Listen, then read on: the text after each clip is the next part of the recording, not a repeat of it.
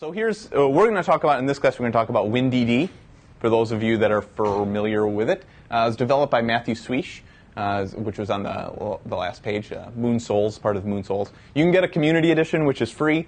There's a professional edition, which isn't, right, which has a little bit more features. It's a command line-based tool. It's designed to have a very small footprint. It's very accurate and very quick, so as you'll see.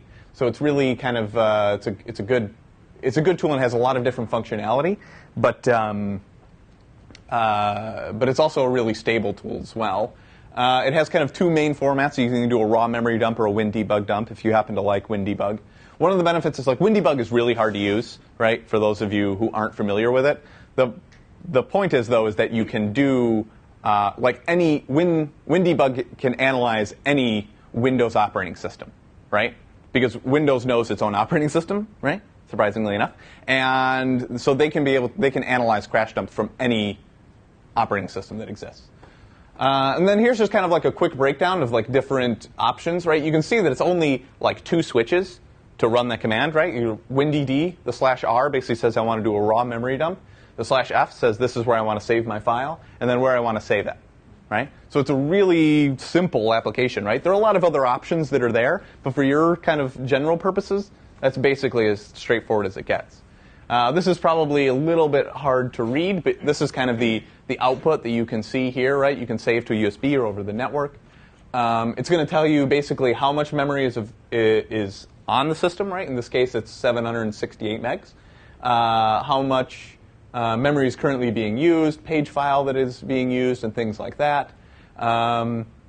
It's basically going to go through the acquisition process, as you can see here. 768 megs took 44 seconds, so that's pretty quick. This is in a VM test environment, right? It'll also tell you the operating system that's there, right? This is a Windows 7 32-bit machine, things like that, right?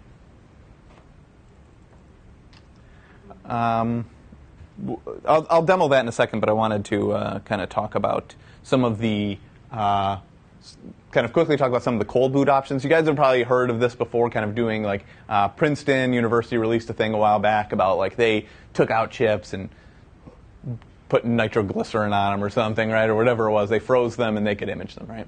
Well, for all intents and purposes, consider memory to be volatile, right? Don't think that because this method exists that you can power down a system and still image memory, right? Consider it volatile. So if memory is important to your investigation, keep the system on, keep the system running, get the image live. There are options out there, however, if like there is no available method for you can't have interactive access to the desktop, therefore can't image memory, right?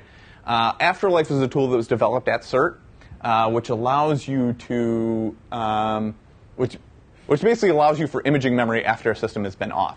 What the researcher found was that although the Princeton approach works, is that it's not overly necessary. Is that although memory is volatile, it actually dissipates over time. And that time could be is usually a very short period, right? And in some systems, it's going to be quicker than others.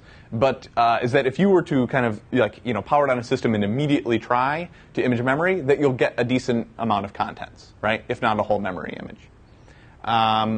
The one thing that I want to make clear is this should be a last resort. Don't use this as this is my memory imaging approach, because it'll be less successful than it is successful, I guess, right? One of the other things to kind of keep so this is something you'd want to use immediately after shutdown, immediately reboot into this, right? It's available on SourceForge, so you can get it.